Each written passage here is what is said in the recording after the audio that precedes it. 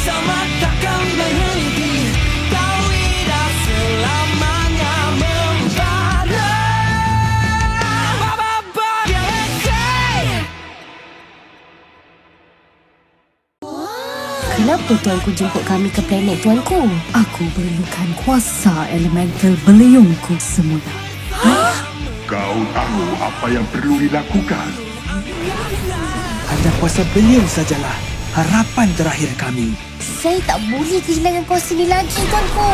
Jika benar kau pelindung galaksi, kau mesti lindungi Windara dari mereka semua. Bye-bye galaxy.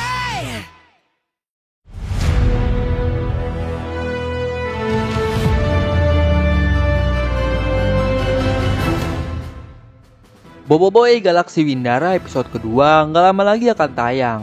Teaser promonya pun sudah ditayangkan. Episode kedua ini nantinya akan mengambil cerita di komik Boboiboy Galaksi musim 2 isu 11 dengan judul Pergolakan di Windara. Nah, pada video kali ini saya akan membahas alur cerita di komiknya. Tapi sebelum itu, bagi yang belum subscribe, di-subscribe dulu supaya teman-teman tidak ketinggalan video-video terbaru seputar Boboiboy di channel ini. Baiklah, nggak usah lama-lama lagi, langsung aja, ini dia.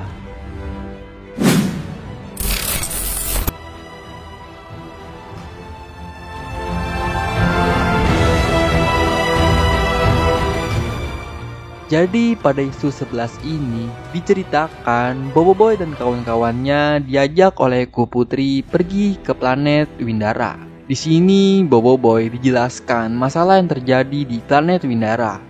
Singkat cerita, planet Ku Putri ini sedang dijajah oleh raja yang jahat dan kejam bernama Ramos. Dikarenakan Ku Putri ini meninggalkan tahtanya sebagai ratu di Windara sebab Ku Putri harus memulihkan dirinya akibat insiden retak di dalam kepompong selama 100 tahun. Ketika ia keluar dari kepompongnya, Ku Putri terkejut melihat planetnya diambil alih oleh Ramos dan melihat rakyatnya hidup dalam kesengsaraan.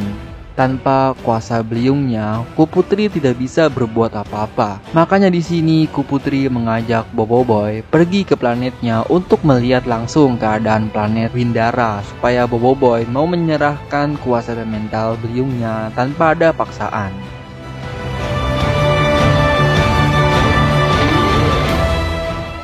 Ketika sedang di dalam perjalanan, tiba-tiba ada kapal angkasa lain menghampiri kapal angkasa Ku Putri. Lalu di sini terjadilah kejar-kejaran.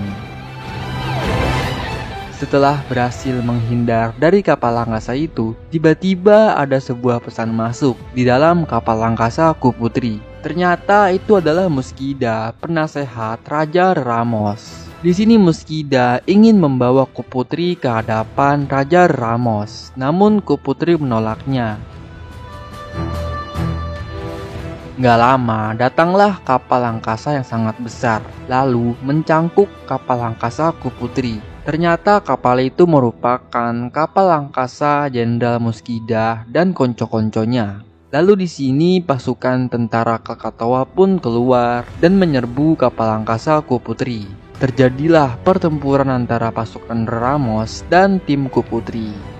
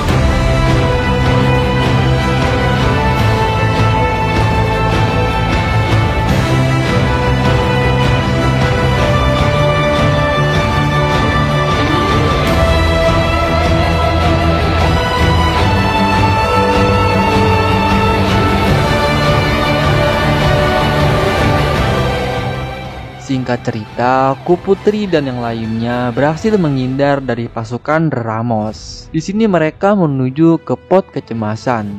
Di sini, Ying, Yaya, Gopal, dan Maripos pergi terlebih dahulu menggunakan pot kecemasan. Sementara itu, Kuputri, Boboiboy, dan Feng akan menyusul. Ketika Boboiboy dan Feng sudah masuk ke dalam pot kecemasan, di sini Kuputri ditangkap oleh si Bella.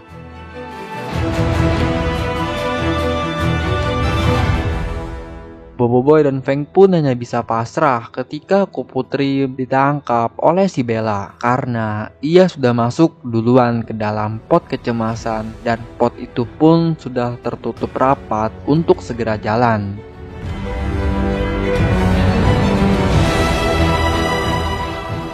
Kuputri pun memberi amanat ke Boboiboy. Apabila ia benar pelindung galaksi, Boboiboy harus melindungi Windara dari Ramos. Dan cerita pun selesai.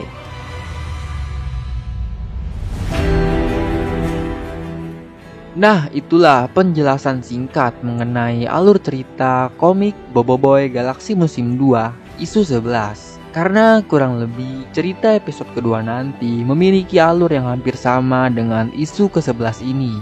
So, gimana menurut kalian? Komen di bawah ya. Baiklah, itu saja konten kali ini. Bila teman-teman ada saran atau request pembahasan untuk konten selanjutnya, bisa tulis di kolom komentar juga ya. Insya Allah akan saya buatkan kontennya. Oke, jangan lupa klik like video ini kalau kalian suka, di-share juga ya ke teman-teman kalian. Saya pamit undur diri, sampai jumpa di video selanjutnya. Bye-bye.